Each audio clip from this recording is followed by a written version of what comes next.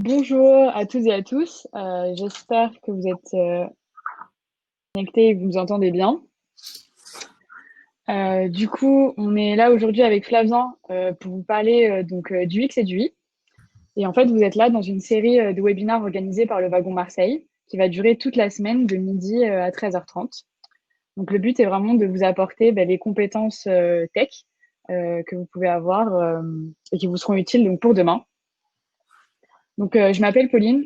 Je suis en charge des admissions en fait pour intégrer la formation du wagon Marseille et également de la partie produits et UX UI au wagon. Et du coup, on est là aujourd'hui avec Flavien, qui est un ancien élève du wagon et qui se présentera dans un deuxième temps tout à l'heure. Et on a également Hélène qui sera présente dans le chat pendant toute la session pour pouvoir répondre à vos questions et surtout pour pouvoir vous aiguiller ou vous donner des infos si jamais vous en avez besoin. Je vais vous partager mon écran. Hop.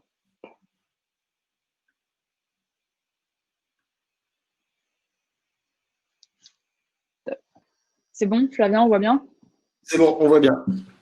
Ok, top. Donc, pour vous présenter un petit peu l'agenda aujourd'hui. Donc, tout d'abord, on va vous parler rapidement de comment va fonctionner ce webinaire, quels sont les points qu'on va aborder. Dans un deuxième temps, on vous parlera un petit peu du wagon Marseille, rapidement. Et après, on rentrera dans le vif du sujet avec les thèmes des 5 webinaires de cette semaine et ce pourquoi vous êtes là aujourd'hui, c'est-à-dire comment concevoir comme un UX UI designer. À la fin, on pourra reparler un petit peu de la formation du wagon et surtout, on vous donnera pas mal d'informations pour aller plus loin par vous-même. Le but, c'est que vous appreniez aujourd'hui un petit peu de théorie mixée avec un petit peu de pratique parce qu'on aimerait bien vous faire participer et qu'après, vous puissiez avoir toutes les infos pour pouvoir continuer par vous-même. Comment on va fonctionner ensemble? Donc, je ne sais pas si vous avez déjà utilisé l'outil Livestorm, mais en fait, vous avez la possibilité donc d'échanger dans le chat. Je vois déjà qu'il y a pas mal de personnes qui disent bonjour et tout ça, donc je pense que vous connaissez ces fonctionnalités. Ensuite, on va avoir une partie ici questions. Donc, je vous remercie de poser toutes les questions que vous pouvez avoir dans cet onglet. Ça va nous permettre de mieux voir les différentes questions et surtout de pouvoir y répondre à la fin. Celles qui sont dans le chat, malheureusement, on ne pourra pas les voir et on n'y répondra pas. Donc, pensez bien à poser dans question. Vous avez également la possibilité de ce qu'on appelle en fait de upvoter une question, c'est-à-dire que si elle vous intéresse aussi, de mettre un +1 pour être sûr qu'elle soit bien vue par Flavien ou par moi.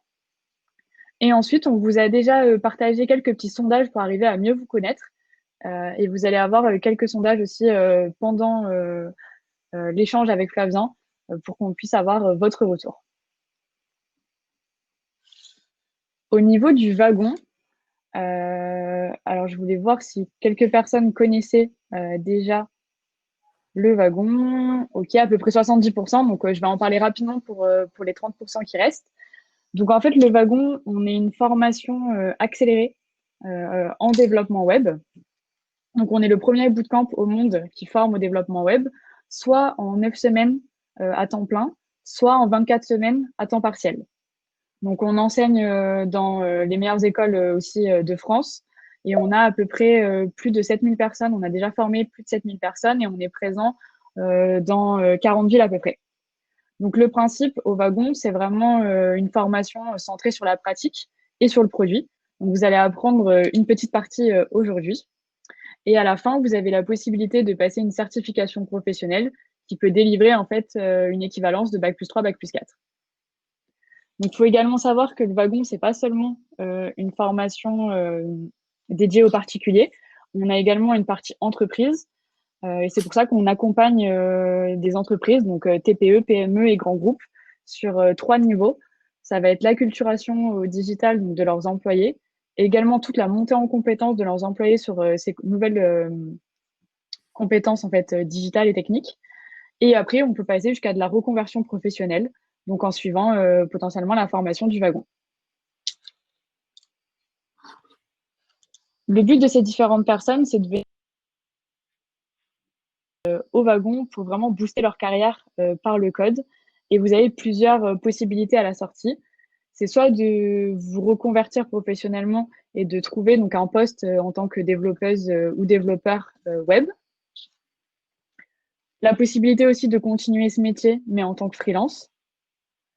Lancer après votre propre business, donc votre propre startup, lancer votre MVP sur le web en ayant acquéri ses compétences techniques.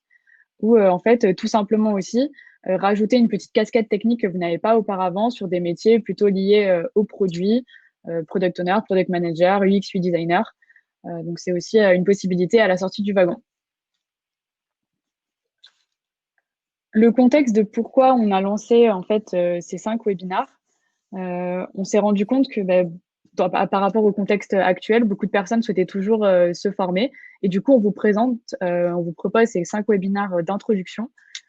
Donc hier, on a eu Laurent et Mathieu qui ont parlé des différents métiers et des métiers du digital et des bonnes pratiques en fait pour collaborer ensemble. Aujourd'hui, Flavien va vous parler de la partie donc UX/UI, donc comment concevoir comme une UX/UI designer. Demain et après-demain, je vous parlerai de la partie comment créer sa première page web. Et dans un deuxième temps, donc jeudi, comment automatiser ses tâches donc grâce à l'aide donc des API. Et vendredi, Louis, donc le cofondateur du Wagon, vous parlera de la donnée, de comment on utilise la data avec le langage SQL. Voilà, donc ce sont les 5 ateliers qui sont proposés cette semaine. Sans prendre plus de temps, je vais laisser la main donc à Flavien pour qu'il puisse vous expliquer tout ce qui est le product design, l'UX UI, et que ça soit plus un secret pour vous après son intervention. Yes. Merci Pauline. Alors je vais partager mon écran. Hop. Allez, c'est parti. On voit bien mon écran. Pauline, tu me confirmes? Yes, c'est bon. Je vais mettre ça en plein écran. Et c'est bon. Alors déjà, bonjour à tous et bienvenue pour le second webinaire donc, consacré au métier digital et aujourd'hui plus particulièrement du coup au métier de l'UX et de l'UI designer. On va passer à peu près 1 heure ensemble durant laquelle on va mettre en application, réaliser quelques petits travaux du UX designer et on gardera 30 minutes à la fin pour pouvoir faire un petit échange questions-réponses. Donc n'hésitez pas à poser vos questions si vous en avez dans l'onglet questions qui se situe en haut à droite de votre écran. Évitez de les poser sur le chat, on les retrouvera plus facilement dans la rubrique questions. Surtout vous pouvez upvoter. C'est une question qui vous plaît, elle passera devant les autres et comme ça on pourra y répondre plus facilement. Ok, sachez également qu'on vous enverra des ressources par mail à la suite de ce webinaire-là.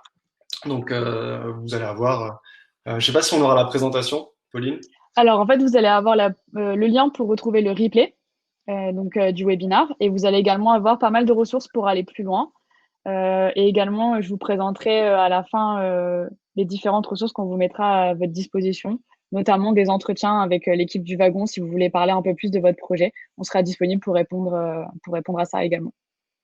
Parfait. Ok, donc on va commencer. Je vais commencer juste par me présenter. Donc rapidement, je m'appelle Flavien. Donc moi, ça fait 7 ans à peu près que je travaille autour des problématiques du digital.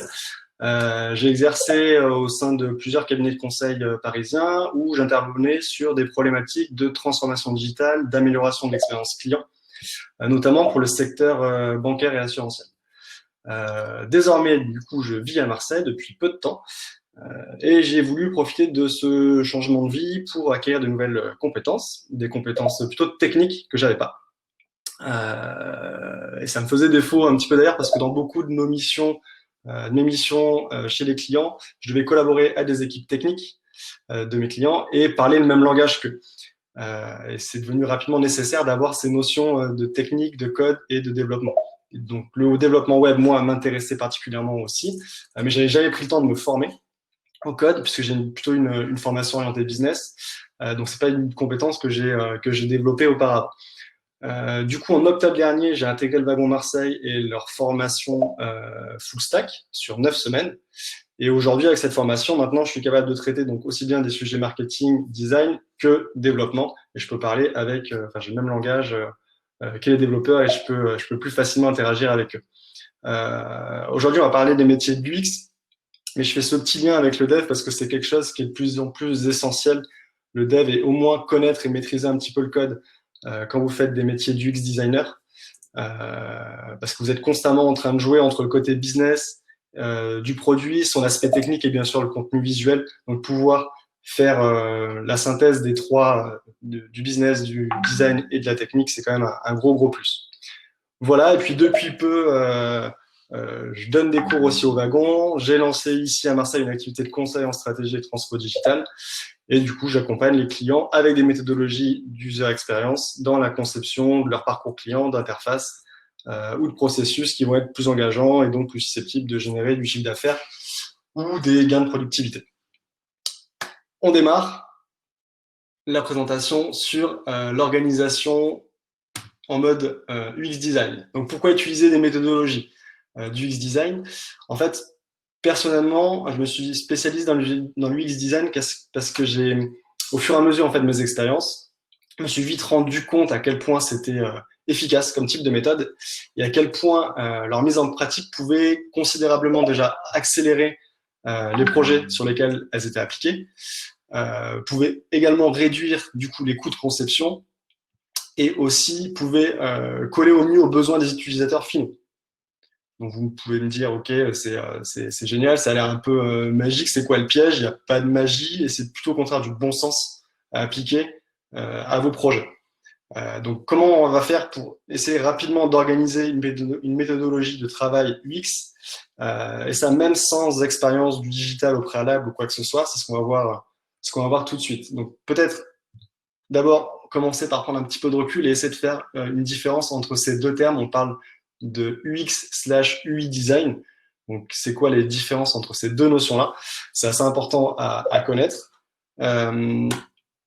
L'UX design, on va prendre ça comme un processus, un procédé de création, dont le but va être de construire un produit qui va être facile à utiliser avec une bonne ergonomie, qui va surtout être intuitif pour l'utilisateur et qui va lui permettre d'accomplir un objectif.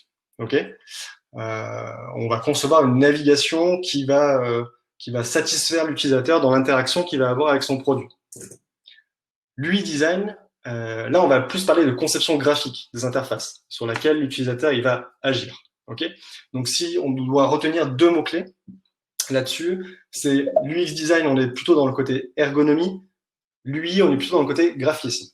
Y en a qui parlent de science pour l'UX design, on est plutôt sur le côté scientifique et le côté artistique pour l'UI design.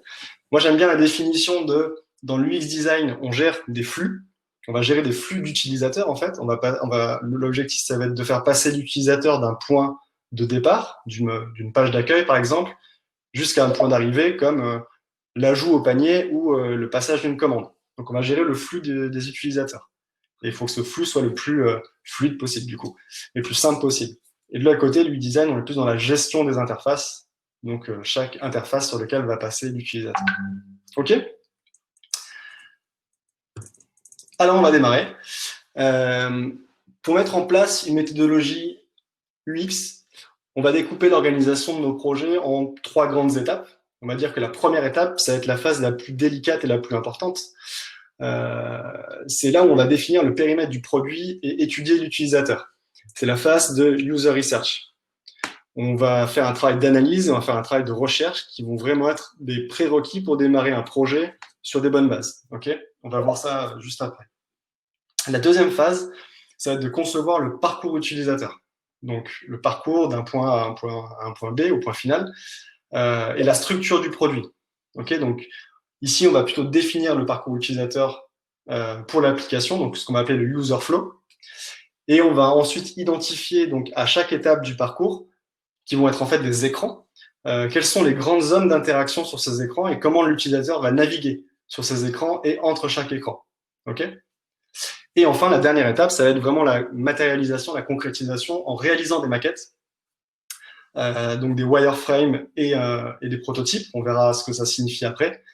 Et donc voilà, on va décliner en fait chaque écran en maquette un peu simplifiée en noir et blanc. On va connecter ces écrans.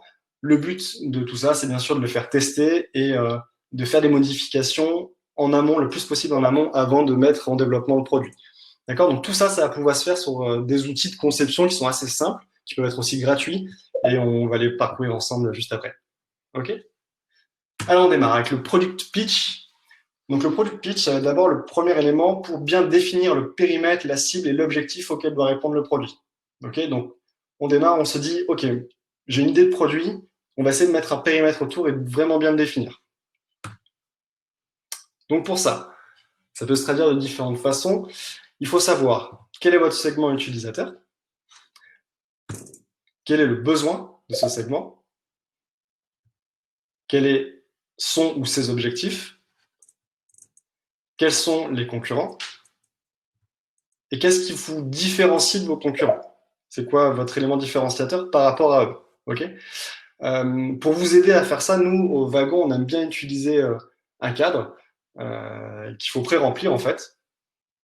Donc mon produit se destine à un type d'utilisateurs qui ont besoin de réaliser une action et souhaitent atteindre un objectif. Alors, ils choisissent mon produit car il est meilleur sur tel ou tel aspect, contrairement à ce concurrent. Ok, donc ça a l'air simple comme ça, mais ça peut être un peu complexe. On va essayer de le faire avec un exemple qu'on connaît bien, c'est Airbnb. On va essayer de le faire avec Airbnb, de remplir ce framework. Ok. Alors, je ne sais pas si Pauline, tu peux envoyer les questions sur le sondage, du coup? On est bon. On est bon, parfait. On va juste commencer par Airbnb, c'est pour donc, les voyageurs, on va dire, qui ont environ une trentaine d'années en moyenne, et qui ont besoin d'eux et souhaitent faire quoi? Là, on vous a mis dans la rubrique sondage différents choix. Je vous laisse regarder, je vous laisse répondre. Pauline, tu me dis quand il y a suffisamment de réponses et puis on avance. Alors, quel est le besoin et quels sont les objectifs, à votre avis, de la cible d'utilisateur qui va utiliser Airbnb?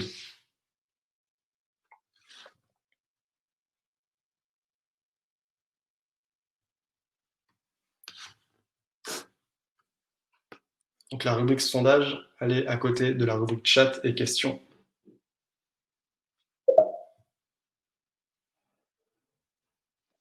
On est à peu près à 30 réponses là, donc on a encore un peu de temps. Ok. Encore quelques secondes.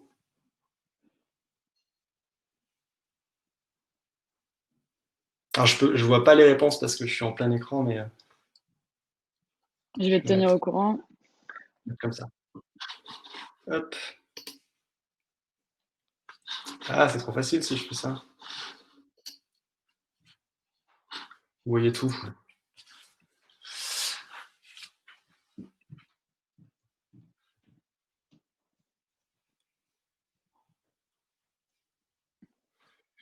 Ok. Donc, personne n'a aimé mon couple de sexagénaires qui a besoin de partir en vacances. Ok.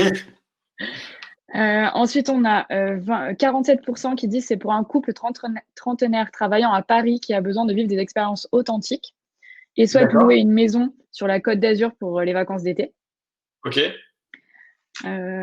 Et ensuite, on a 52% qui disent c'est pour Marie, une trentenaire qui a besoin de louer une chambre pour dormir et souhaite vivre des expériences authentiques. Ok.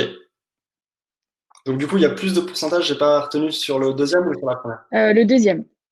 Le deuxième, ok. Bon, mais ceux qui ont répondu sur le deuxième, vous avez plutôt juste. On va le voir ensemble. Du coup, donc pour Airbnb, donc on est bien sur une cible de trentenaires plutôt voyageurs, comme on l'avait indiqué, qui a un besoin de réserver un logement. C'est son besoin.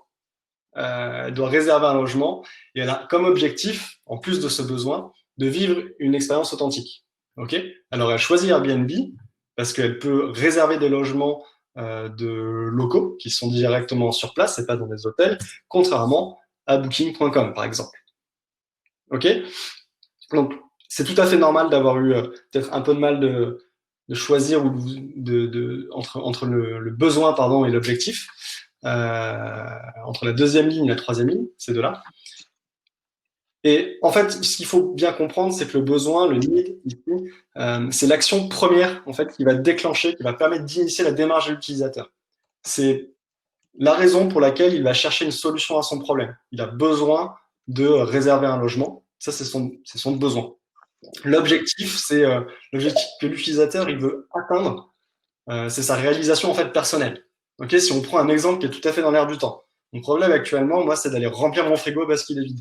Ok, donc mon besoin, c'est d'aller faire les courses, mais mon objectif, c'est de croiser le moins de monde possible. Ok, voilà. Donc besoin, faire les courses, objectif, croiser le moins de monde possible. Ok, donc c'est un conseil que je peux vous donner, qu'on va travailler quand on va travailler sur des projets où on va mettre de l'UX design dedans, c'est de concentrer une grande partie du travail et de l'expérience utilisateur qu'on va mettre dans notre produit sur cette partie objectif. Okay, parce que c'est un peu le côté irrationnel. C'est vraiment une réalisation personnelle que l'utilisateur va vouloir accomplir. Donc c'est vraiment sur cet aspect-là qu'on va essayer de concentrer l'expérience que va vivre l'utilisateur sur un site, sur une application. Voilà. Ok, et c'est pour ça qu'il va choisir d'ailleurs notre produit et pas pour autre chose. Ça va être l'élément différenciateur. Une fois qu'on a défini du coup le périmètre de notre produit, ok, grâce au product pitch, on va définir le périmètre du persona, donc de l'utilisateur. Ok, un persona, c'est quoi? C'est une représentation fictive d'un utilisateur, de ses besoins et de ses objectifs aussi. Ok, donc créer un persona, quelque part, ça va vous permettre aussi de mieux identifier et d'illustrer votre cible. C'est assez important parce que ça vous permet déjà de poser votre cible sur papier, on va dire, de la matérialiser et de vous la représenter visuellement. Ok, un persona, comment ça peut être défini?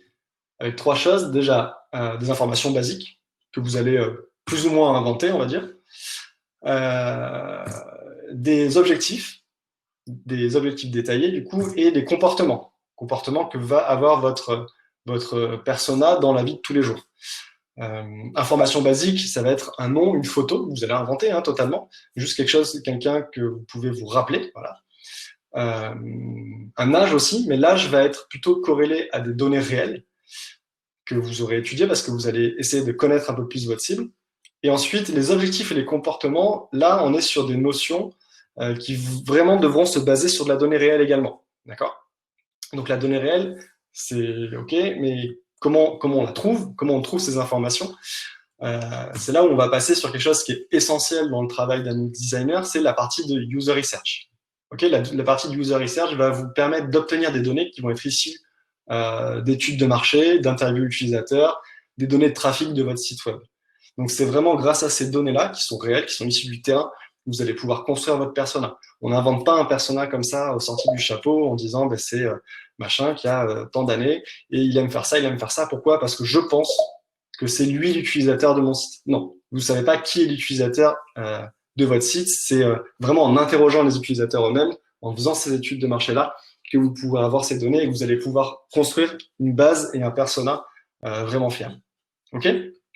Donc moi, ce que je vous conseille de faire dans ces cas-là, pour avoir un maximum d'informations, c'est de procéder à des interviews utilisateurs. Forcément, vous connaissez autour de vous des gens qui seraient susceptibles d'utiliser votre produit. Donc c'est tout simple, vous les appelez, vous bloquez 1 heure avec eux. Le mieux, c'est d'avoir entre 6 et 10 personnes et vous leur posez des questions. Les questions, ça peut être comment vous interagissez avec un produit similaire à celui que je veux créer, ou qu'est-ce qu'on pourrait améliorer sur mon produit existant, ou qu'est-ce qu'on pourrait améliorer chez le produit du concurrent. Comment vous compléterez mon produit, quelles fonctionnalités vous ajouterez en plus qui vous permettraient d'accomplir d'autres choses. Ce genre de questions, pas des questions fermées, il faut que ce soit des questions ouvertes, il faut faire parler vraiment votre utilisateur, potentiel utilisateur, et vous allez récupérer vraiment une mine d'or d'informations. Il y a plein d'autres outils que vous pouvez utiliser, en plus des interviews utilisateurs. Il y a ce qu'on appelle les focus groups, donc vous rassemblez plusieurs utilisateurs en même temps dans une salle, ils répondent tous ensemble à des questions ou ils participent à des ateliers. Les tests d'utilisation, donc par exemple, si vous avez déjà une application existante, un site existant, ben, n'hésitez pas à faire tester votre site à des utilisateurs et écouter ce qu'ils disent. Il faut qu'ils pensent à voix haute et en parcourant votre site, ils vont faire ressortir tout un tas d'informations qui vont être essentielles, du coup, pour faire une refonte de site ou pour ajouter des fonctionnalités. Le guérilla test, c'est plutôt pas mal. En gros, vous allez dans un espace style un café, dans une gare ou des choses comme ça, et si vous avez déjà un prototype ou une application, vous faites tester à des gens qui attendent, et là, vous êtes vraiment confronté à des utilisateurs que vous connaissez pas du tout. C'est quelque chose qui peut être pas mal à faire si vous êtes dans l'entreprise et si vous bossez sur un projet en interne dans l'entreprise, vous allez à la salle de pause ou au café et vous faites tester votre outil ou votre idée à des collègues qui ne sont pas du tout dans votre projet. Ils vont vous donner aussi plein d'infos hyper intéressantes et c'est des choses qui coûtent zéro à faire pour récolter de l'information utilisateur. Et enfin, quelque chose qui est hyper important, c'est utiliser Google Analytics si vous l'avez mis sur votre site web pour voir le trafic d'utilisateurs sur votre site.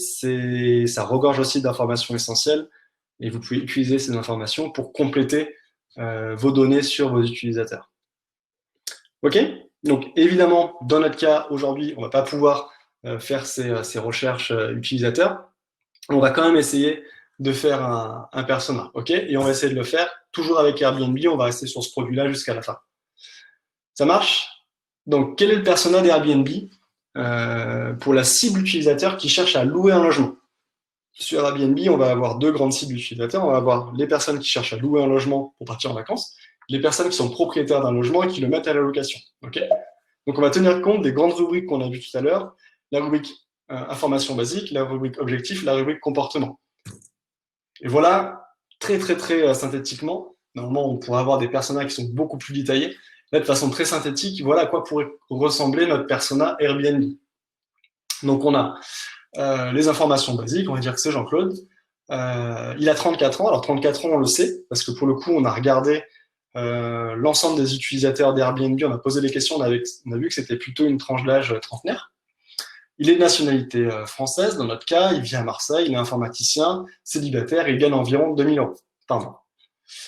On a ses objectifs détaillés. Donc lui, il est plutôt aventurier pour ses vacances, il aime un peu sortir des sentiers touristiques.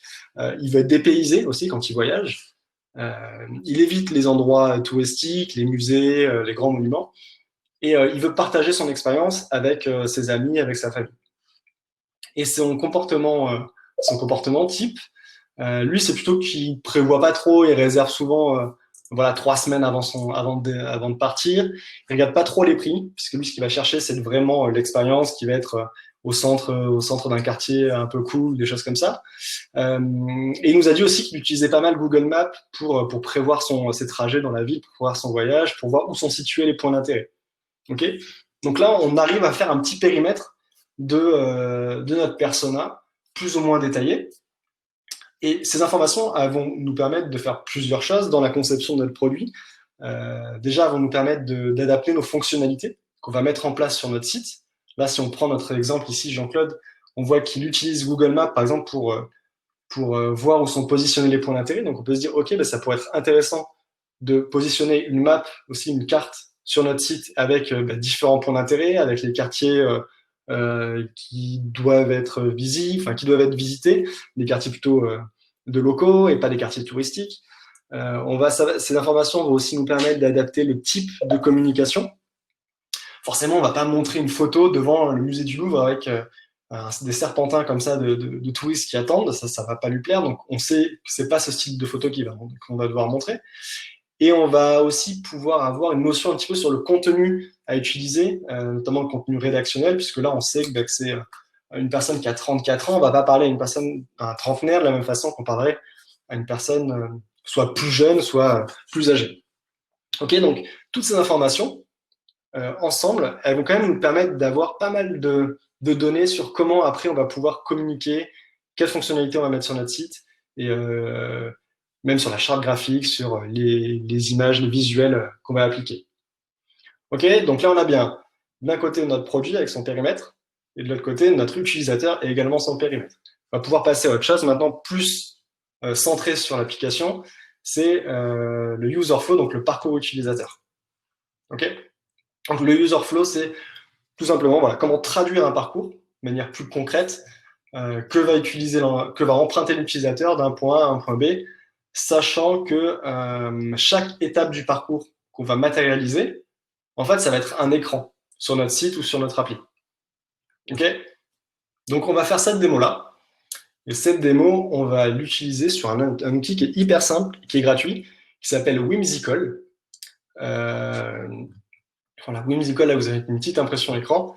Et on va tout de suite l'utiliser en créant le user flow du coup d'un Airbnb. On va pas faire le user flow d'Airbnb, mais juste un exemple de ce que pourrait être un user flow d'Airbnb. Ok? Alors je vais juste hop, passer sur l'outil. Pauline, tu nous confirmes qu'on voit bien l'écran? Oui, c'est bon. Ok. Tac. Alors on va démarrer. Alors, vous voyez, ça, Whimsical, vous pouvez créer votre compte, c'est gratuit, et vous avez un tableau blanc. Là, je suis sur un tableau blanc Airbnb, et je vais pouvoir créer ici mon user flow. Donc, ce qu'on peut faire, déjà, une bonne méthode, c'est que vous partez, donc vous prenez un petit carré comme ça, c'est une étape, donc une étape, ça va être un écran, et vous mettez, quel est le point d'entrée. Donc moi, ça va être la home page, le point d'entrée. L'arrivée de l'utilisateur, ça va être la home page sur mon site, sur Airbnb. Et ce que je vais faire, c'est que je vais mettre tout de suite, ici, le point d'arrivée. Le point d'arrivée, ça va être la confirmation de réservation.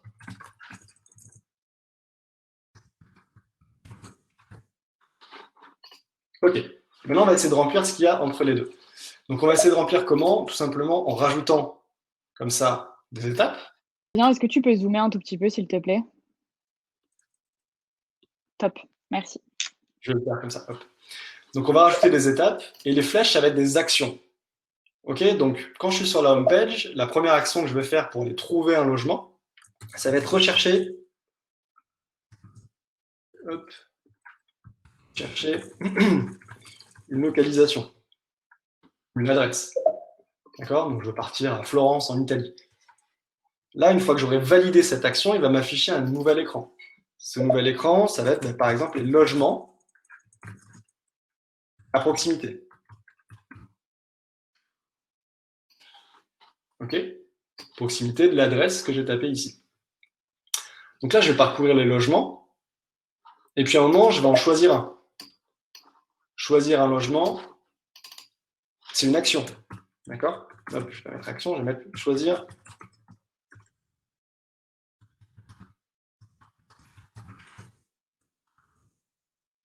Un logement. OK. Donc là, l'écran sur lequel j'arrive, la nouvelle étape du parcours, c'est le détail du logement.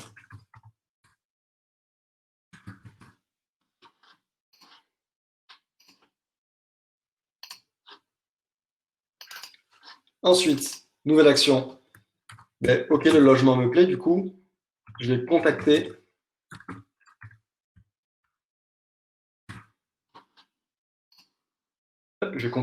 le propriétaire, je vais contacter l'hôte. Et l'écran sur lequel j'arrive, c'est l'écran pour envoyer un message.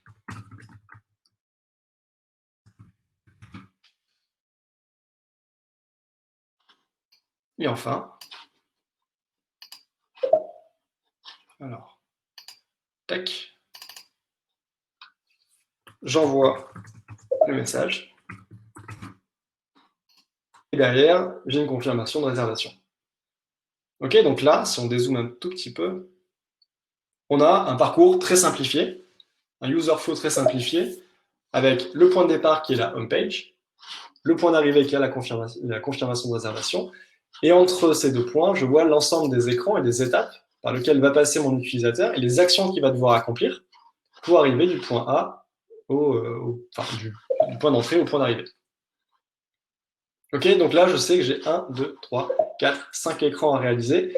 Et l'UX que je vais mettre à l'intérieur d'ici, ça va être comment je vais faire passer mon utilisateur de là à là-bas d'une façon simple, intuitive et qui procure une expérience plutôt assez agréable à utiliser. Ok? Et surtout dans le but qu'il arrive bien ici, parce que, on le rappelle, mais c'est ici qu'on génère du chiffre d'affaires. Si mon client il part ici parce que les écrans ou le parcours il est mal fait et qu'il se perd, là on fait 0. Une fois qu'il arrive là, c'est là où on crée le chiffre d'affaires et c'est là où on crée notre rentabilité. Ok? Alors, je vais revenir juste Hop.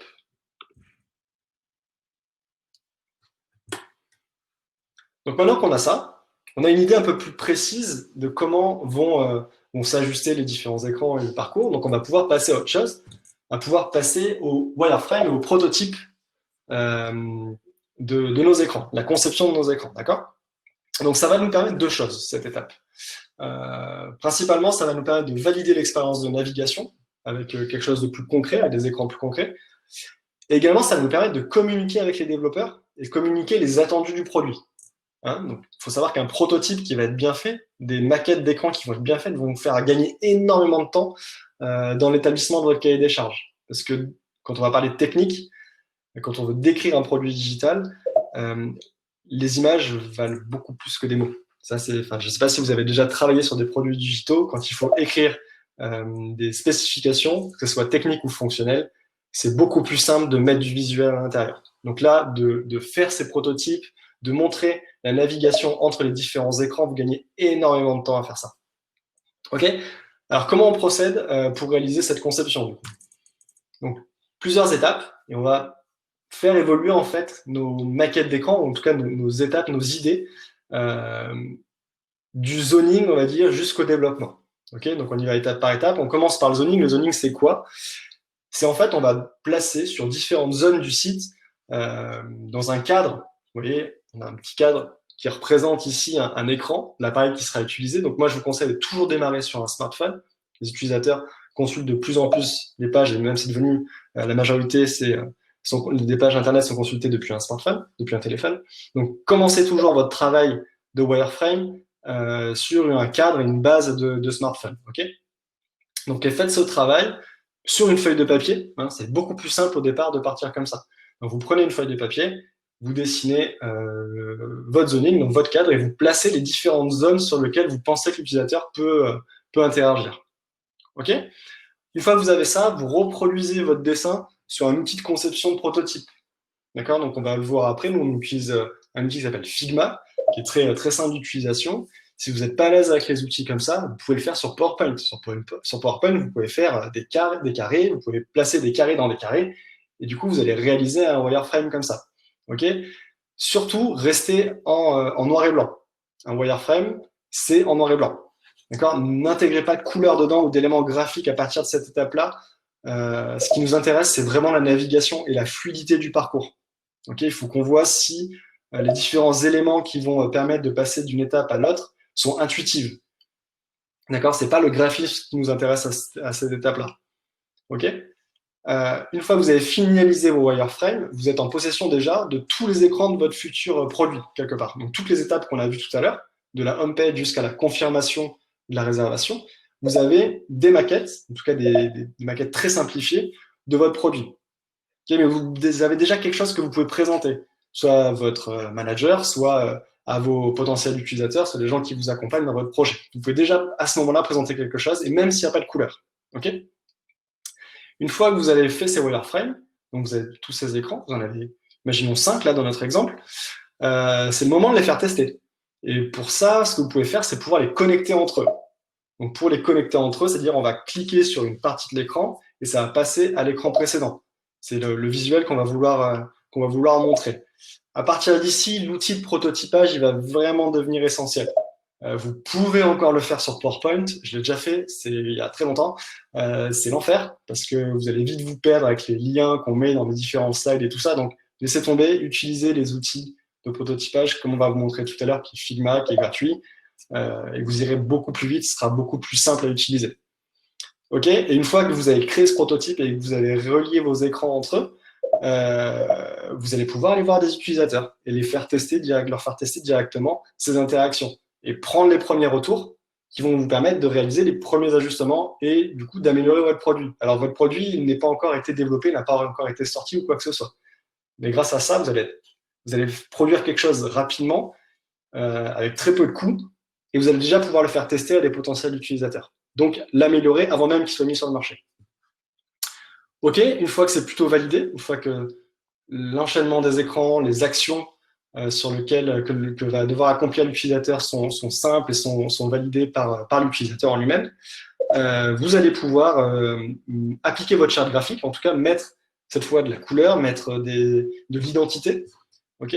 Et pour vous, enfin, vraiment, le but ici, c'est de se rapprocher au maximum du rendu final. D'accord? Donc, comme ça, vous allez aussi pouvoir retester l'adhésion de votre UI, cette fois, de votre user interface, directement avec vos utilisateurs. Mais aussi, pour vos développeurs, ça va être important parce que vos développeurs vont commencer à avoir vraiment la charte qu'ils vont devoir utiliser, qu'ils vont devoir développer, les composants qu'ils vont devoir coder. Donc, c'est aussi très important de faire le mock-up, mais vraiment à la fin, au final. OK? Donc, à nous de jouer. Donc là, ça va être un point plus compliqué. On va passer sur Figma et on va découvrir un petit peu les fonctionnalités basiques de Figma. OK? Donc, comme je vous l'ai dit, un outil très simple. Et on vous en parlera. Après, on vous mettra le nom de ces outils dans le mail qu'on vous enverra à la suite du formulaire. Hop. Tu me dis, Pauline, si tu vois bien l'écran. OK.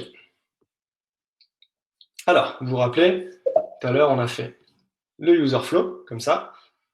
Donc, on va peut-être pas tout ça, on va peut-être pas avoir le temps de tout faire. On va essayer de reproduire quand même quelques écrans en live. Donc, comme je vous ai dit, la première étape, c'est de faire un zoning. Un zoning, on le fait sur un papier, une feuille de papier. On va pas, là, je vais pas le faire en live, donc je l'ai préparé un petit peu à l'avance. Je vous montre. C'est ça. Vous voyez un zoning. Je vais me mettre, je vais voir si je vois bien. Non, juste, est-ce que tu peux désactiver le son des notifications, tu sais, en haut, à côté du bouton Action, tu as une petite cloche? Ouais, c'est bon, c'est fait. Top, merci. Alors, du coup, vous me voyez plus là, non, c'est ça? Ouais, là, on voit plus mais ça va. OK. Donc un zoning, j'en ai créé en papier, je vous montre, je les importe, pardon, sur mon outil Figma. OK, donc voilà. C'est un papier, il ne faut pas être artiste, hein. Je vais zoomer. OK, donc j'ai fait ça tout à l'heure.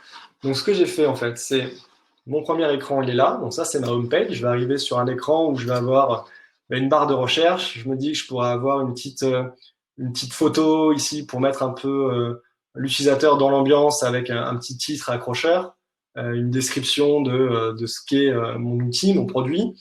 Et je peux par exemple lui mettre des exemples de logements à proximité ici dans cette petite carte qu'on voit ici, qu'on peut faire défiler de façon horizontale. On a vu après qu'il y avait un autre écran, c'était une fois si je reviens, voilà, on va rechercher une localisation et on veut trouver les logements à proximité. Alors, logement à proximité, je me suis dit, OK, l'utilisateur, il va cliquer ici, il va mettre sa localisation, là où il veut partir en vacances, et puis quand il va faire la recherche, il va arriver, il va avoir une petite carte comme ça, avec là où il a tapé sa recherche, et puis ensuite, en dessous, les différents éléments, les différents logements qui vont s'afficher au fur et à mesure. OK? Et puis, il va choisir un logement. C'est l'étape d'après. Choisir un logement, il va obtenir les détails du logement. Alors, les détails du logement, hop, j'ai dessiné un truc comme ça. Voilà, donc là, il va avoir le nom du logement, une petite description, les photos, le prix, encore un peu de contenu, les petits carrés. Là, je me suis dit que ça pouvait être les équipements qui avaient disponibles dans le logement.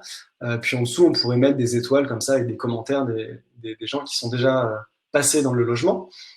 Et un bouton, alors j'ai mis Go là, mais ça pourrait être un autre bouton ici qui est en bas à droite pour réserver le logement. Et du coup, on arriverait ensuite sur une page pour réserver le logement avec un titre, contactez votre hôte, et puis on écrirait le message et on l'enverrait. Et derrière, on aurait encore un écran, je ne l'ai pas dessiné là, mais on aurait encore un écran pour avoir la confirmation de réservation du logement. OK? Donc là, je suis dans Figma. Voilà, ça se présente comme ça. Dans Figma, du coup, je vais avoir tout un tas d'outils ici. Donc, ce qu'on va faire déjà, donc là, j'ai importé directement, j'ai fait glisser mes photos, je les ai posées comme ça directement dans mon outil. Ce qu'on va faire, c'est qu'on va reproduire ces écrans. Donc, on va pouvoir, ici, Figma nous donne la possibilité d'avoir des structures de pages déjà réalisées. Donc, nous, on va choisir un téléphone, on va se mettre sur un iPhone 11. Hop. Voilà. Et puis, on va commencer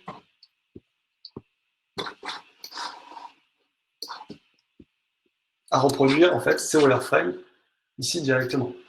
Donc on peut prendre tout simplement, voilà, on va dire qu'il y a une barre de recherche à ce niveau-là.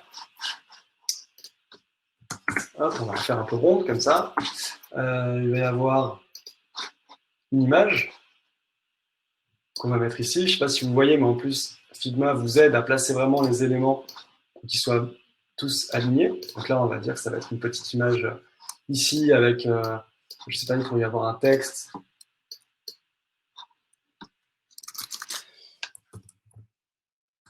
Hop, c'est tout petit. Texte, description. Voilà. On va mettre ça quand même, parce que c'est vraiment petit. Là, c'est un peu gros.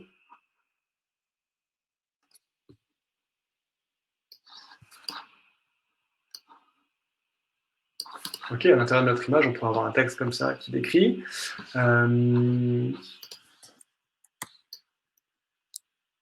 Là, ici, on pourrait avoir un autre titre.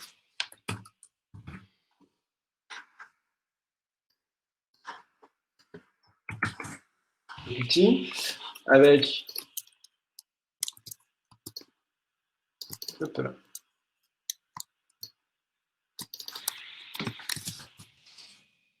Une description ici. Alors, hop, encore plus petite.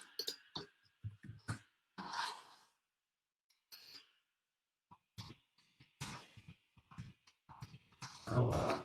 Imaginons que là, c'est texte. Ok, et après, on a dit quoi? On a dit, ben voilà, par exemple, un autre titre qui dirait vos logements ou les logements à proximité.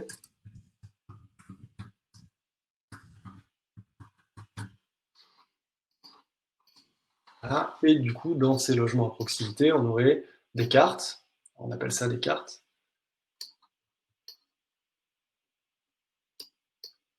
Ça, et puis on pourrait faire glisser comme ça au fur et à mesure les cartes sur les côtés, avec des photos et par exemple, donc imaginons ces cartes, et on peut régler la couleur. Hop, pardon. Les cartes là, elles sont sur fond blanc. Ok, puis là, on va mettre un petit effet de, voilà, comme ça, d'ombre. Voilà, on ne va pas plus loin dans le design.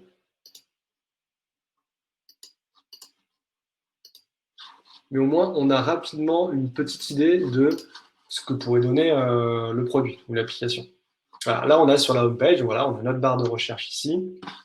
Alors, malheureusement, j'ai pas d'icône, mais là, on pourrait rajouter une petite loupe. On peut faire un truc pour rechercher comme ça, un petit icône. Hop.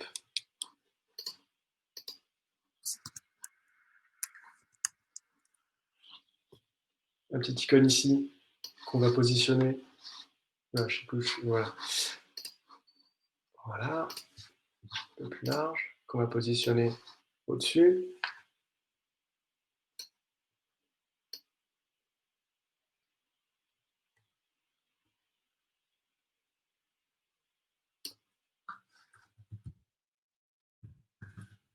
Pour dire, eh ben là, hop, on effectue la recherche. Voilà, on peut faire quelque chose comme ça. Même ça, on va le faire blanc, légèrement. Voilà. Ok, donc là, on a notre première wireframe, première maquette, en fait, de ce que pourrait être notre zoning qu'on a reproduit ici en papier. Puis ça, on va le répéter. Donc, je vais peut-être pas tous les faire parce qu'on va pas avoir le temps, mais on va le répéter X fois. Donc, imaginons, là, on va après avoir notre carte. Voilà, on va avoir notre détail et notre message. OK? Une fois qu'on a tout ça, on va pouvoir se dire, ben, maintenant, dans Figma, connectons ces différents écrans entre eux pour montrer en fait le passage de l'un à l'autre. Et là, vous avez une fonctionnalité qui s'appelle prototype. et qui est toute simple, qui va vous permettre directement de joindre différents éléments entre eux. Donc là, ce qu'on s'est dit, c'est que ici c'est la barre de recherche. Donc je veux, quand une fois que je tape ma recherche, je veux que ce petit bouton là, il m'emmène. Hop, je vais pas pouvoir le faire comme ça. Je peux pas. Non, je peux pas. Ok.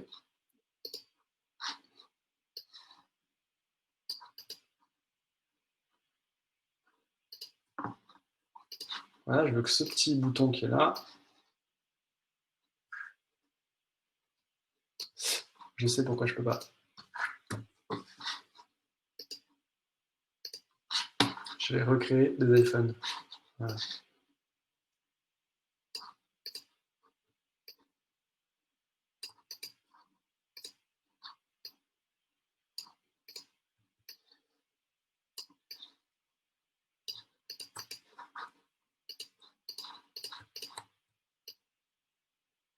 Ok. Donc là, normalement, ça va marcher. Donc j'ai mis. Hop, voilà. Tout est dans des cadres. Donc normalement, si je fais ça, hop, voilà. Je veux qu'une fois que j'ai effectué ma recherche, il m'emmène sur l'écran où j'ai mon détail. Une fois que j'ai ça, là, de cet écran, je vais pouvoir choisir donc, un élément qui est à l'intérieur. Donc imaginons, c'est celui-là qui m'intéresse. Et je vais passer encore à l'autre écran. Et puis là, je vais mettre un bouton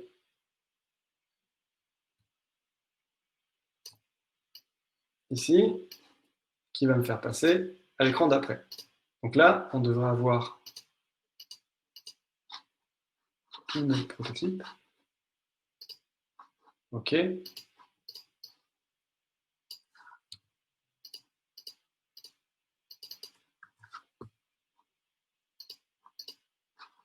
Hop là, je l'ai perdu.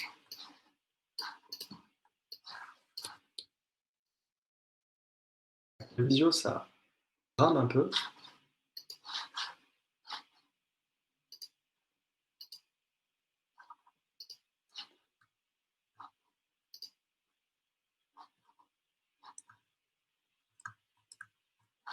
On va voir si ça marche, je ne suis pas sûr, mais sinon on l'a bien paramétré. Donc voilà, donc là on a lié, on va dire, les différents écrans ensemble. On peut aller vraiment plus loin dans le détail.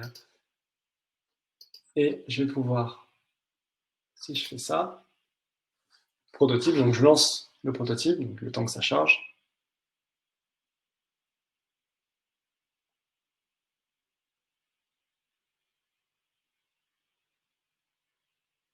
Donc on a bien notre iPhone ici, donc on peut simuler la recherche ici en tapant quelque chose. Et si je clique là, ouais, donc effectivement, ça ne s'est pas affiché, j'ai juste mon cadre, mais là ici j'aurai mon deuxième prototype et en cliquant sur mon logement, j'aurai bien le détail du logement et en cliquant sur Go, j'arriverai bien sur le dernier écran. Alors je ne sais pas pourquoi, je ne sais pas si Pauline, tu as une idée de pourquoi ça ne s'affiche pas. Ça ne s'affiche pas Oui, bien. et c'est en dehors de ton frame. Ouais, c'est ce que je suis en train de voir. Celle d'en haut, juste fais-la glisser dans le frame, à mon avis, ça doit être ça. C'est là, ouais. Et je vais le mettre en dessous. Ça, d'ailleurs, c'est une petite erreur récurrente qu'on voit tout le temps. Et moi aussi, ça m'arrive, hein, même après avoir utilisé Figma depuis un certain temps. C'est souvent quand on crée des éléments, ben, on fait pas attention. Il y en a un qui sort en fait du frame qu'on a mis en place. Et du coup, ça ne se voit plus quand on passe en mode live. Et après, ben, si on a beaucoup de frames, on met un peu de temps à retrouver les infos. Mais voilà, c'est juste vous fermez tous vos frames et vous allez voir les éléments qui sont en dehors. Et cet élément, il faut juste le refaire glisser dans le bon frame qui va avec. Il y a pas mal de questions dans l'onglet questions et sur le chat. Ouais, On va avoir une session de questions-réponses à la fin, donc n'hésitez pas si vous avez des questions un peu techniques, que ça soit sur l'UX, UI, sur la conception d'applications, etc., à les poser et on y répondra à la fin une fois que Flavien a fini son intervention. j'ai bientôt fini. Juste là, je le relance le prototype. Normalement, ça devrait être mieux. J'ai tout réintégré dans les bons cadres.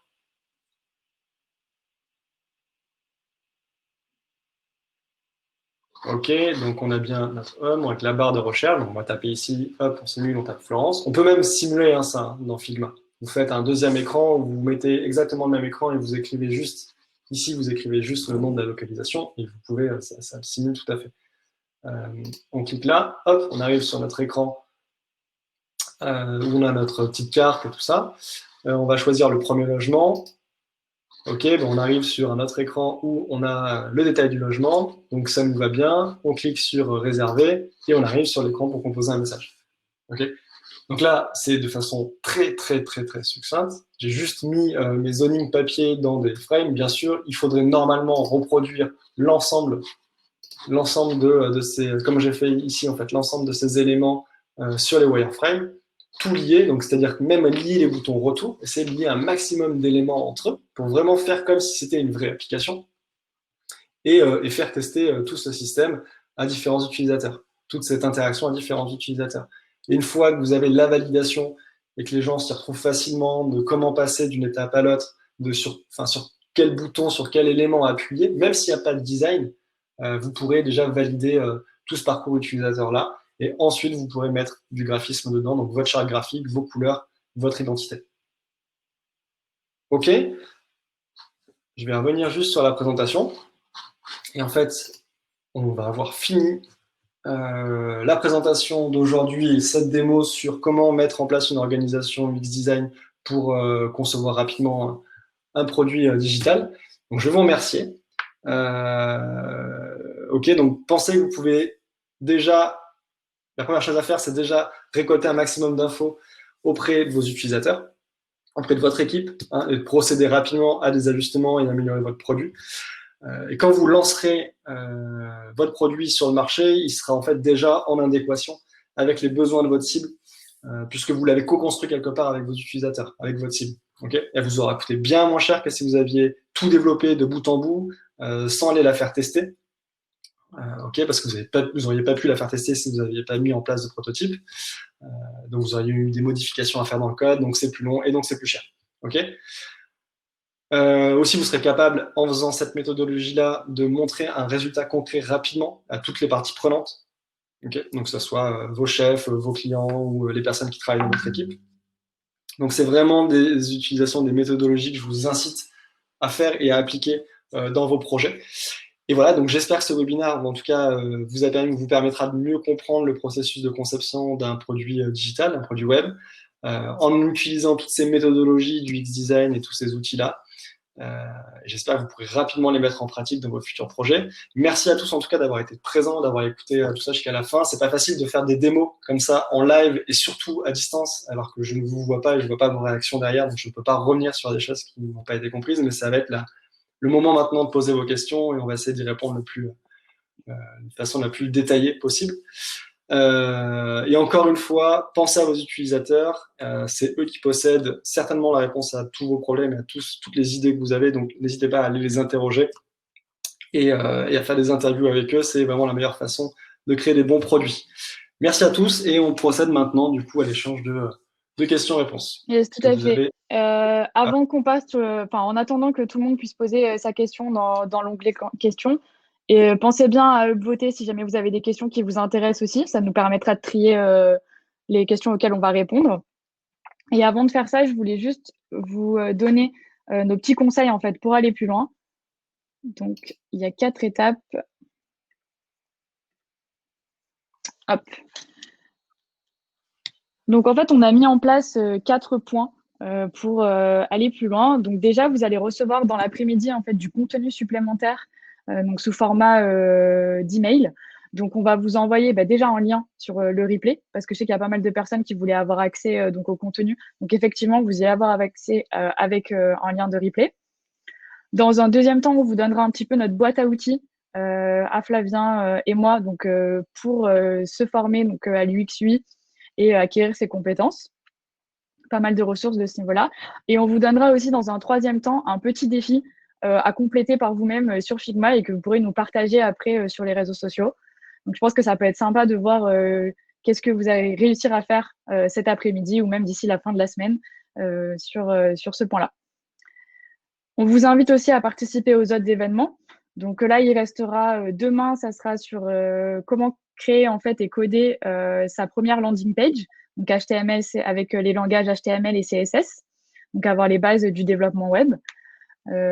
Jeudi, on verra l'automatisation des tâches et comment on peut faire gagner du temps donc grâce aux API. Et vendredi, comment on peut exploiter en fait et explorer de la data comme un data analyst, donc on va dire avec le langage SQL qui vous permet donc de voir en fait les bases de données et de pouvoir voir et explorer la donnée. Dans un troisième temps, on vous propose aussi, si vous avez besoin de plus d'informations, que ce soit sur les formations, sur nos élèves, par rapport à tout ça, d'aller sur notre site internet. Il y a énormément de contenu à disposition, que ça soit sur le site en lui-même ou sur le blog. Donc, n'hésitez pas à faire un petit tour. Et dans un quatrième temps, si jamais vous avez besoin qu'on discute un petit peu de votre projet pro, de votre projet perso, on est dispo. Et on a mis à dispo donc un Calendly. Ça vous permet de booker un rendez-vous sur les 2 prochaines semaines pour qu'on puisse vous accompagner dans vos projets. Donc n'hésitez pas si vous avez la moindre question et que vous voulez qu'on en discute un peu plus longtemps, à passer par ça. Tous ces infos vous seront communiqués dans le contenu cet après-midi. Mais c'est très facile avec le Bitly de pouvoir rejoindre directement le lien.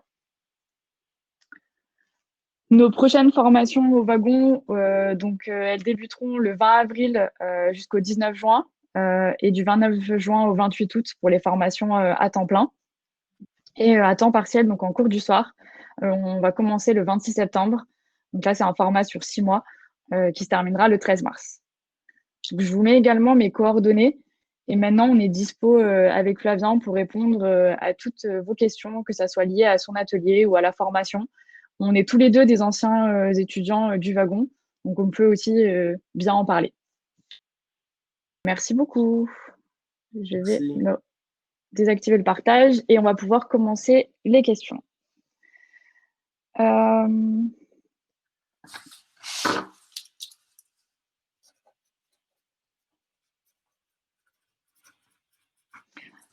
Alors, on avait une question, Flavien, qui a été posée et qui a été un peu répondue dans le chat par Kevin, parce que j'ai vu qu'il était assez connecté et qu'il répondait à pas mal de questions. Du coup, en étant utilisateur d'Adobe XD, est-ce que ça se vaut en fait avec Figma? Et quelle est un peu la différence entre les deux? Vous allez avoir des fonctionnalités en fait qui vont être différentes. Moi, ce que j'aime bien avec Figma, c'est la possibilité de collaborer, donc d'être vraiment à plusieurs sur le même outil de façon assez fluide. Avec XD, j'avais utilisé des anciennes versions, on pouvait le faire, mais avec la version payante. XD est gratuit aussi à la base. Avec la version payante, on pouvait collaborer comme ça à plusieurs. Un gros plus d'XD, par contre, par rapport à Figma, c'est qu'il vous permet de dupliquer des éléments, des composants. Ça, c'est très très simple. En fait, vous allez créer, par exemple, une petite photo avec un titre, un contenu. Vous allez sélectionner, dérouler comme ça, et il va vous dupliquer clac, clac, clac, tous ces éléments là, comme ça. Donc, ça permet d'automatiser certaines choses qui vont être beaucoup plus rapides à faire qu'avec Figma. Les deux outils, franchement, se valent. Maintenant, si vous utilisez les deux, c'est encore mieux. Comme ça, si vous avez un client qui préfère XD plutôt que Figma, vous pouvez naviguer entre les deux. Oui, tout à fait. Je suis totalement d'accord avec Flavien. Et je pense que pour rebondir sur cette question, on nous a posé la question de quel outil en fait du XUI, à quel outil on est formé au wagon. Et donc effectivement, nous on forme à Figma parce que c'est quand même assez simple de prise en main pour des débutants et ça permet surtout la collaboration. Donc en fait, au wagon, vous allez avoir 6 semaines orientées sur de l'apprentissage, 10% théorie, 90% de pratique sur des exos. Et après, on a 3 semaines orientées projet. Donc là, le but, c'est que vous puissiez coder à plusieurs 2 projets. Et sur ces projets, à chaque fois, vous allez créer un prototype qui va avec, puisqu'en fait, on ne se lance pas dans le code sans maquette. Et du coup, on passe par cette étape. Et le fait de pouvoir collaborer tous ensemble sur Figma et de pouvoir monter en compétence sur ce logiciel, c'est pour ça qu'on a choisi celui-ci au début, quoi.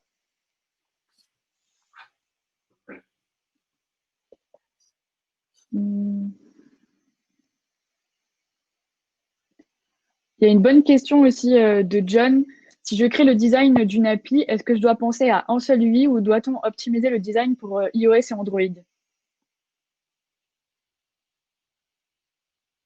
Alors, un seul UI ou doit-on optimiser le design pour iOS ou Android? Tu vas être obligé d'optimiser en fait sur les deux sur les deux devices, enfin sur les deux OS plutôt, sachant que ça va être aussi matériel en fait, si tu veux, on va pas pouvoir disposer les éléments de la même façon, déjà sur un iPhone et sur l'Android.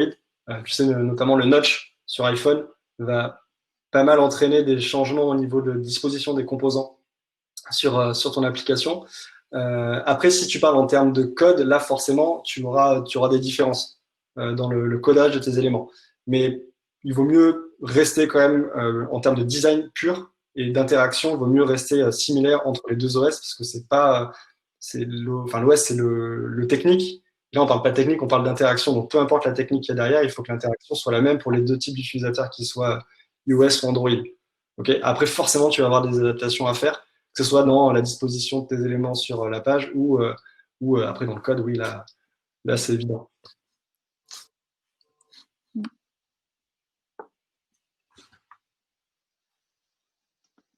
Et du coup, en fait, à partir de quel moment l'UX UI designer il intervient pour toi dans la création en fait d'une application ou d'un site web d'ailleurs, hein, c'est pas forcément lié qu'à une app mobile. Est-ce que c'est dès le début? Est-ce que c'est une fois que on a déjà une petite Ça idée va de ce qu'on dépendre, veut faire?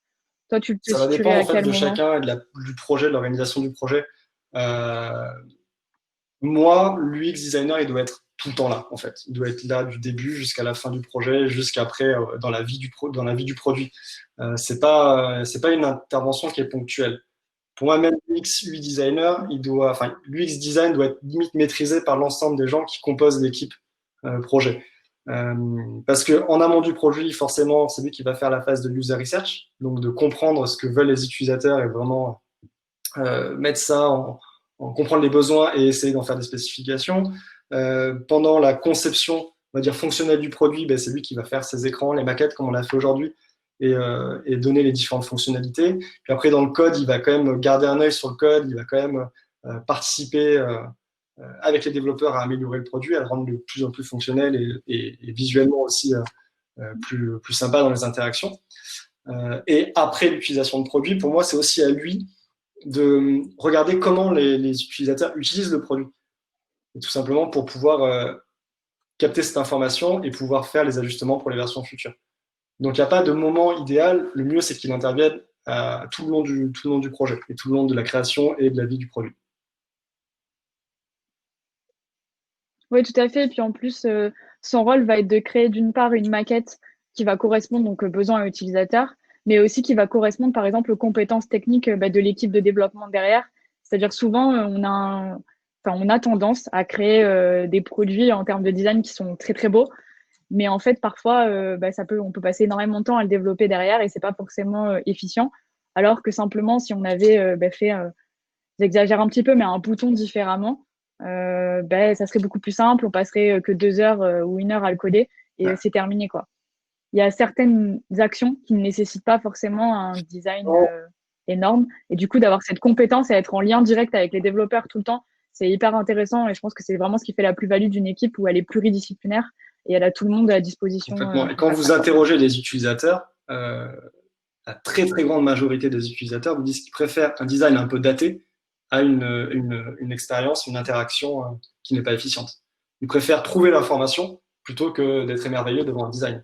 Et ça, c'est 95% des utilisateurs qui vont vous dire ça.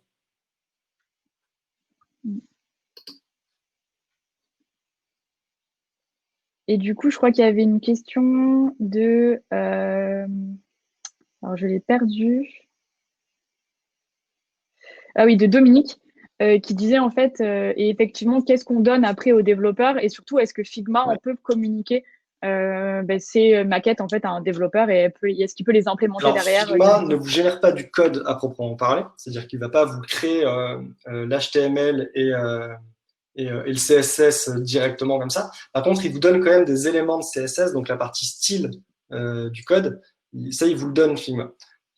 Donc, vous allez pouvoir donner quand même ces maquettes à un développeur. Déjà, sur les maquettes, il va pouvoir voir le nombre de pixels qui séparent chacun des éléments, il va pouvoir voir la taille, la police. Donc, tout ça, c'est des choses qui vont lui être utiles après pour développer le style de, comment ça s'appelle, de votre page, en fait, tout simplement.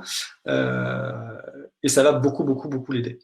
Voilà, donc, il faut que le développeur il ait accès à Figma que vous lui partagez les prototypes et lui, il va pouvoir voir toutes ces informations-là. Et en fait, aux développeurs, parce que en parallèle du wagon, il faut savoir que les cofondateurs du wagon Marseille ont cofondé également une agence de développement, de développement web, une agence digitale.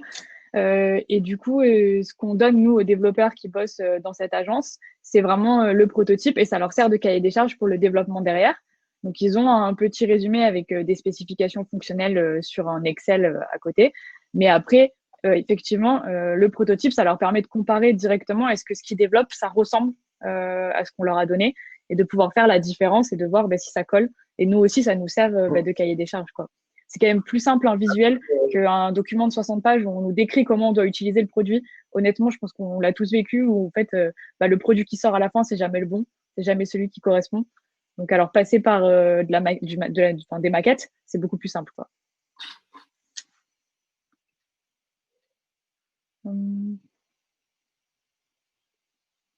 Et du coup, pour toi, Flavien, est-ce que c'est plus courant d'être UX, UI designer ou de se spécialiser dans l'une ou l'autre catégorie? On voyait beaucoup de séparation entre des gens qui étaient UX, UI designers, d'autres qui étaient UX designers.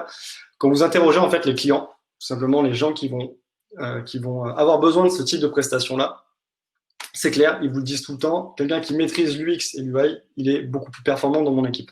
J'ai encore eu le retour d'un client que j'avais à Paris il y a un mois, la semaine dernière, non, il y a un mois, qui me disait oui, on a eu un UX designer et là on a une UX UI designer et on voit le travail qui est complètement différent, qui va plus vite en fait, ça va plus vite à réaliser parce que la personne prend vraiment le chantier de A à Z, donc tout ce qui va être ergonomie et tout ce qui va être graphisme, et comme c'est elle qui a conçu le projet dès le départ, elle peut mettre ça de façon beaucoup plus harmonieuse. Donc c'est vrai que de maîtriser les aspects UX designer et de maîtriser aussi les aspects graphiques vont quand même apporter un gros plus. Après, si vous êtes UI designer, d'aller vers l'UX, il y a de la petite formation à faire. L'inverse aussi va demander quand même pas mal de travail, mais tout le monde peut se former pour essayer d'apprendre un petit peu des compétences de notre métier. Tout à fait.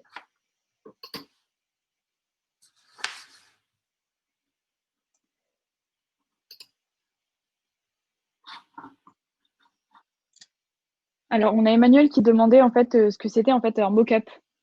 La différence, je pense, entre même si tu l'as expliqué, mais du coup, effectivement, il y a plusieurs étapes en fait dans la création de maquettes.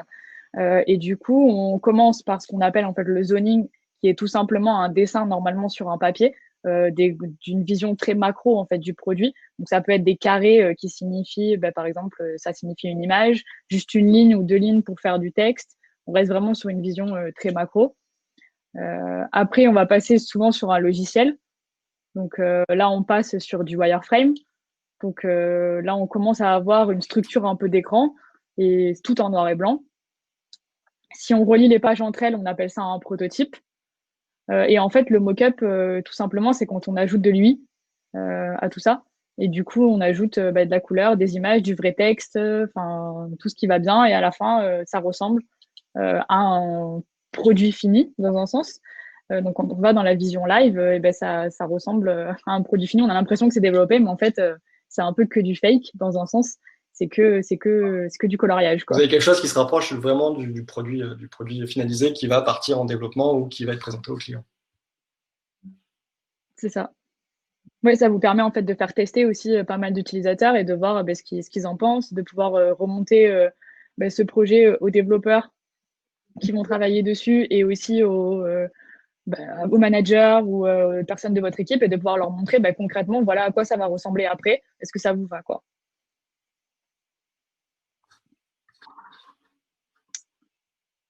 On a pas mal de questions. Si jamais vous avez des questions aussi sur la formation, n'hésitez pas. Je vois que Raphaël, il demande est-ce que toute cette méthode du X est-elle mise en place lors du dernier projet de 2 semaines au wagon? Donc effectivement, en fait, au wagon, je vous ai parlé en fait des 2 projets. Donc il y a un projet en groupe qui va ressembler à une plateforme de marché type Airbnb. On aime bien prendre Airbnb parce que c'est quand même un projet que beaucoup de personnes l'ont déjà utilisé ou se sont déjà servi d'Airbnb. Donc on arrive à s'identifier facilement. Et c'est un super projet aussi pour commencer à coder, tout simplement parce que vous avez deux utilisateurs. Vous avez une personne qui va vendre quelque chose et une personne qui va acheter quelque chose sur cette plateforme. Et du coup, d'avoir la gestion pardon, des deux utilisateurs. Du coup, lors de cette semaine, là, vous avez que 4 jours en fait pour coder, donc on passe rapidement que sur du prototype.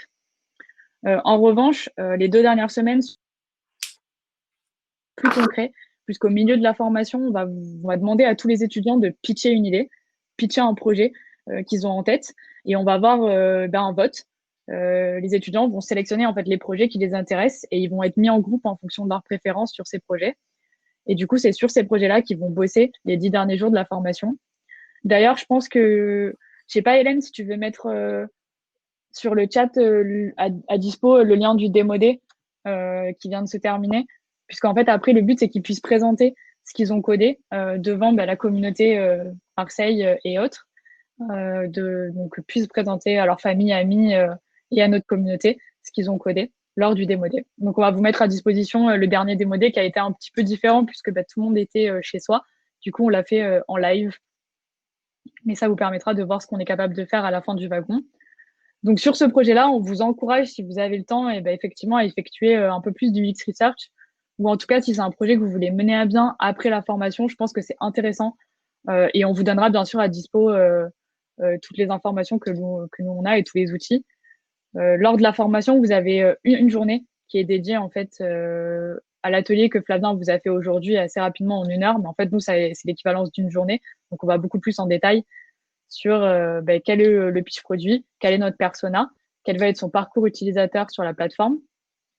Dans un troisième temps, quel va être son dessiné donc sur Whimsical. Et après, on passe au prototype. Et c'est toute une journée qu'on fait sur ça pour que vous ayez vraiment votre cahier des charges pour partir en développement derrière sur les 10 derniers jours. J'espère que ça a répondu à la question.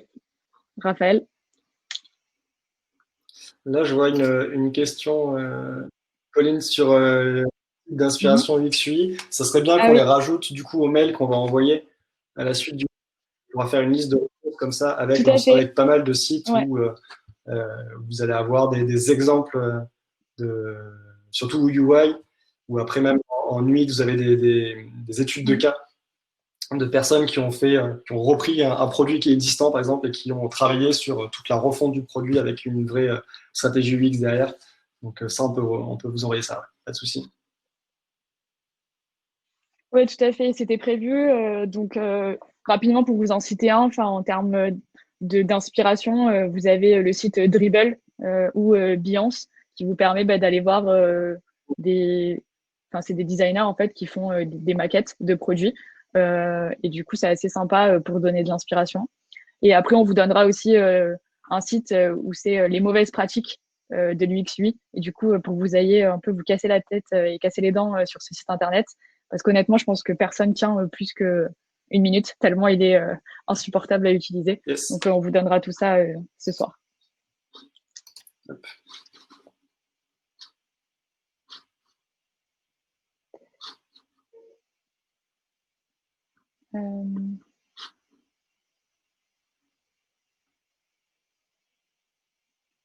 Alors, Dominique, c'est tout simple en fait. Comment on passe d'un écran smartphone en fait à un écran ordinateur, c'est quand tu choisis ton frame, tu peux sélectionner en fait si tu passes sur un frame mobile, un frame desktop ou un frame juste tablette par exemple.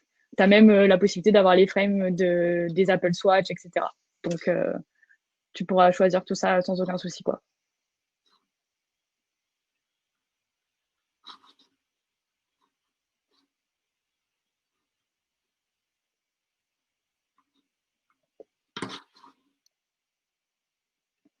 Ah oui, une bonne question de Manon. Si on veut faire tester des utilisateurs en fait sur le prototype, est-ce qu'ils doivent avoir accès à Figma? Si je veux Je sais pas faire si tu veux tester mon répondre, Flavien, ou prototype à tu veux que je Digital, réponde. non, je crois qu'il me semble que je confonds peut-être avec XD. Non, non, avec Figma, vous pouvez envoyer un URL pour que l'utilisateur ait accès directement à votre prototype sans pour autant télécharger Figma. Et cet URL, il peut être lu sur un ordinateur, il peut être lu aussi sur un smartphone. Donc non, vos utilisateurs n'ont pas besoin d'utiliser Figma, n'ont pas besoin d'avoir de compte sur Figma pour pouvoir tester un prototype. Ouais, tout à fait. En fait, vous avez la possibilité de leur laisser accès à la partie conception. Donc là où on a vu où Flavien a créé les écrans, ok, qui sont pas forcément reliés entre eux. Ou alors vous leur laissez accès qu'à la partie live. Et du coup, là, c'est là où on a cliqué sur les différents écrans et ça nous a passé sur l'écran suivant. Et ça, c'est vraiment la force de Figma, c'est qu'ils n'ont pas forcément besoin d'avoir accès, c'est juste un URL qu'on transmet et on leur laisse la possibilité d'avoir enfin, ils peuvent éditer, commenter ou juste voir. Donc c'est ça qui est intéressant aussi.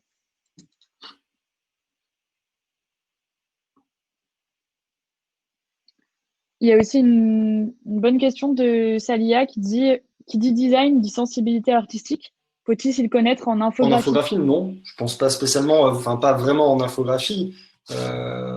Si tu t'intéresses en tout cas au graphisme, des choses comme ça, si tu as une sensibilité forcément artistique, ça sera un plus, ça c'est clair. Et on le voit, de toute façon, ça c'est quelque chose qu'on voit très bien en wagon quand on fait les projets. La sensibilité artistique va clairement se refléter dans ce que tu vas faire. Mais il ne faut pas s'y connaître spécialement en infographie. Ouais, c'est ça, c'est plus. Est-ce que tu as envie d'apprendre un peu plus aussi dessus? Parce que je pense que c'est plus sensibilité artistique dans un sens, oui, puisque bah, il faut que ça te plaise de pouvoir créer des choses. Donc, désolée, j'ai plus de voix, mais, mais du coup, je pense que comme a dit, c'est pas forcément obligatoire, mais C'est ça ça. peut aider un petit peu, quoi.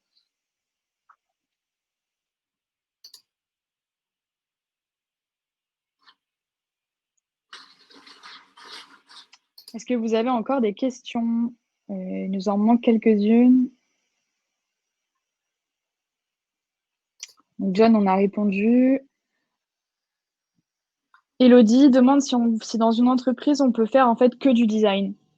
Oui, enfin, effectivement, il y a des postes dans nos entreprises qui sont dédiés donc UX, UI design. Donc, vous faites vraiment que ça. Votre métier, c'est de créer des maquettes, faire des recherches utilisateurs et tout ça qui va avec. Donc, il y a aucun problème. Après, moi, j'ai des amis qui sont passés par la formation et qui ont un poste plutôt lié, par exemple, au product management, donc product owner ou product manager.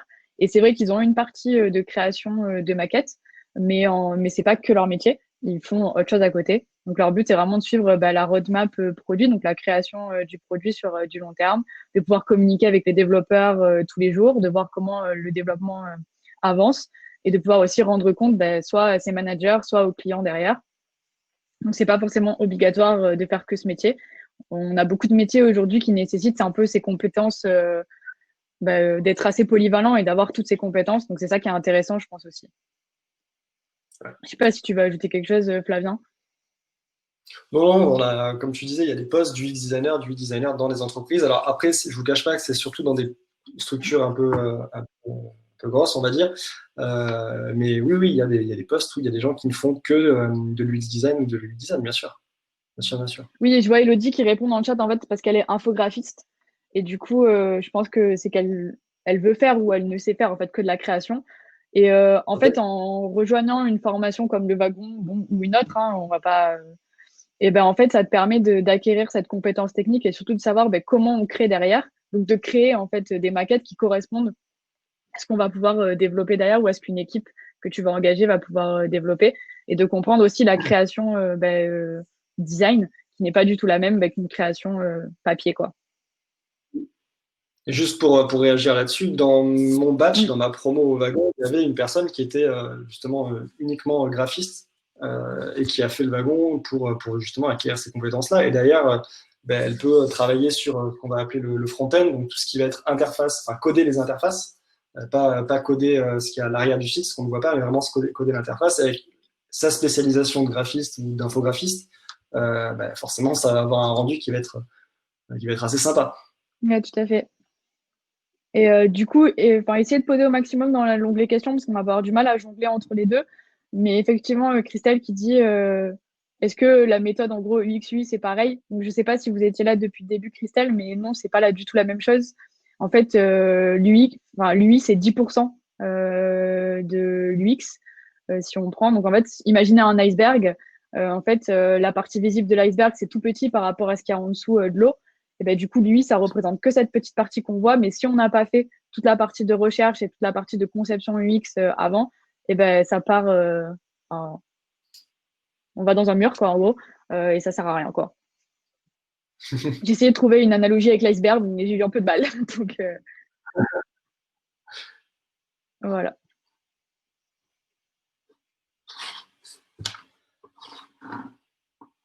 Évidemment, ouais, c'est ça, Kevin. Titanic, c'est parfait. Très, très Ouais, belle, Titanic, c'est ça. belle comparaison. Alors aujourd'hui, on n'a pas forcément vu de partie UI. Non. Visuel ou graphique dans un sens. Donc tout ce qui peut être charte graphique ou images, etc. Parce qu'on n'a pas eu le temps. Mais en revanche, souvent on organise des webinars qui durent plus longtemps. Et après, c'est une partie aussi qu'on voit dans la formation.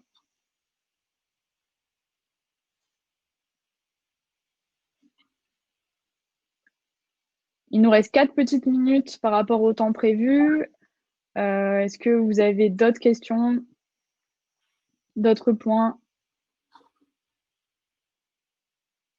Oui, moi aussi j'ai faim.